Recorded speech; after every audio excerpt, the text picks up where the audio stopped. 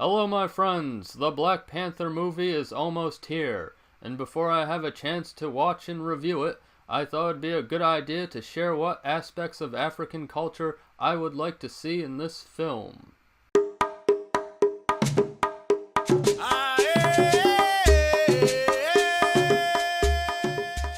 Now before we get into this discussion, I just want you all to know that more than likely I'm going to enjoy this movie regardless of whether or not it has the ideas I'm about to mention.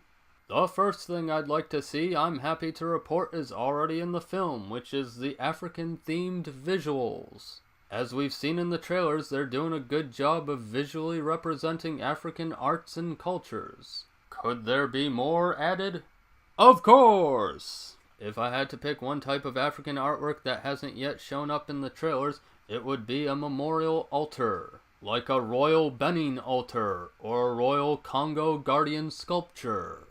In Captain America Civil War, we saw T'Challa's father T'Chaka assassinated, so it would make sense to honor T'Chaka with something like this. Heck, they could even build him a pyramid. But I'd rather we stick to cultures that are underrepresented in Western media. So let's briefly describe those altars. The first example I mentioned was from Nigeria. In Benin culture, each ruler was given a tomb altar, some of which were places of worship, which were given various offerings. Some of the imagery on these altars include brass heads, which are emblematic of a ruler's destiny, authority, wisdom, achievements, and happiness. In the back are Linguist Staffs, which are essential to the altar and consecration rites. Also on the altar can be seen bells, which are rung throughout the coronation of the new king. The bells' continuous sounds symbolize the late king's spiritual presence, who is physically represented in the central image. And there are of course many other royal images on display as well.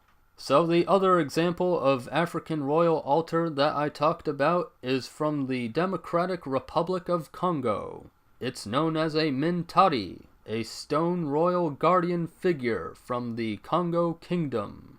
After the king died, this stone sculpture would be placed on the burial grounds, as well as other accompanying sculptures which represented his retinue.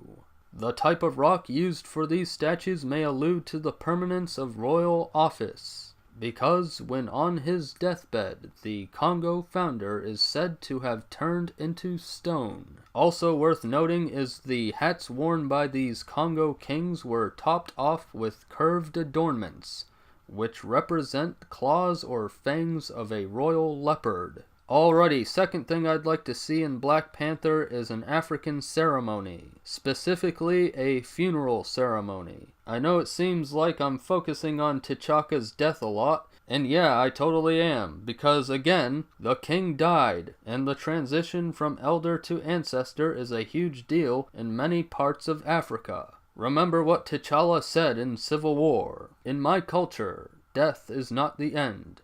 It's more of a stepping off point." There's more to that quote, but more on that later. So we could discuss the funeral ceremonies of the cultures we just discussed, but since Black Panther features a mishmash of cultures, we might as well branch out. So one way of doing a funeral ceremony in Africa is to do a masquerade. Now, I don't know if you noticed, but I'm kind of a mask enthusiast. Some cultures that perform with masks at funerals include the Bois, Senefu, Dogon, and more. We'll discuss the Dogon from Mali today. If you want to learn more about the Bois and Senefu, check out some of my other videos. Dogon culture is a huge area of study, so we'll only be tasting a spoonful of the Dogon soup today. Dogon masking rituals not only have a funerary aspect, the masks perform for the sake of the living as well. The type of Dogon masquerade that I think Black Panther would do well to take inspiration from is the visually spectacular Dama. It's a collective funerary rite which traditionally takes place about once every 13 years, but nowadays is danced more often because of tourism. The ritual permanently transports the souls of the dead from the human community and incorporates these spirits into the sacred realm of the ancestors. Many masks, sometimes numbering in the hundreds, participate in the event. It begins with the masqueraders entering into the village as a curving parade. The village is then host for this festival for 6 days. The Dama is not just a mere funeral ceremony, but also a celebration of hope, fertility, renewal, and other aspects of life. Now, since T'Chaka is a king, I can't help but think we should also have a royal funeral referenced in this hypothetical ritual part of the movie. So in that case, it would make sense to merge some elements from the Akan cultures of Ghana. The country of Ghana was once called the Gold Coast, and during Akan funeral ceremonies, that gold is on display. And since Wakanda is known for its own precious metal, it would make sense to have similar displays at T'Chaka's memorial event. But that's not all. One thing in particular from Akan culture that would be great to see in this scene are the Linguist Staffs. These staffs embody ancient proverbs, and in the movie, when we see these being carried in the ceremony, T'Challa or his sister could comment on these proverbs, and the way they interpret and respond to these words of wisdom could tell us a lot about their characters. See, I'm not just bringing up all this simply because I want audiences to be exposed to cool African stuff, though that is definitely a big reason, but also because if the director utilizes these cultural elements well, it will add to the characters and story of the film. I know, this is a superhero film. It's supposed to be about punching bad guys in the face. But if you just give us at least 10 minutes of this cultural stuff, it could improve the narrative. Now, having said all that, let's finish that quote from earlier.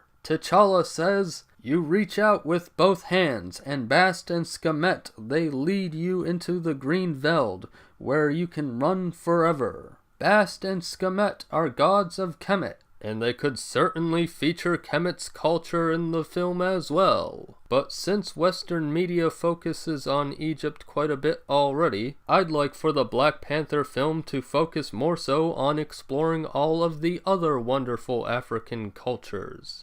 Now again, I just want to reiterate that I'm just spitballing some ideas which probably won't be included in the film, and I'm not going to be mad if they don't show up. This whole video is just meant to be some fun speculation. So the third thing I want in this film is lots of traditional sounding African music. I want to hear gongs from Côte d'Ivoire, koras from Mali, zithers from Tanzania, lyres from Kenya, musical bows from South Africa, double bells from the Democratic Republic of Congo, horns from Benin, talking drums from Nigeria, slit drums from Cameroon, and royal drums from Ghana. All sorts of traditional instruments. And finally, I want a great story and fantastic characters in this movie. And on that front, I'm sure they will succeed. Before we end, I want to explain my review plans for you all. When I watch Black Panther in theaters, I'll do an initial review with some light analysis. Hopefully, it won't take too long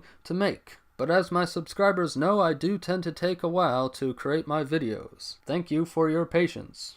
Later down the line, when we get to own a copy of the film on Blu-ray or DVD, I'll do a second review, because then I'll be able to pause and rewind and catch all the little details I couldn't see in theaters. In that final review, I will do a full analysis of all the African cultural details that can be found in the Black Panther movie. Thank you so much for watching, and be sure to share in the comments below what you would like to see in this movie. And remember to subscribe and share this video with your friends.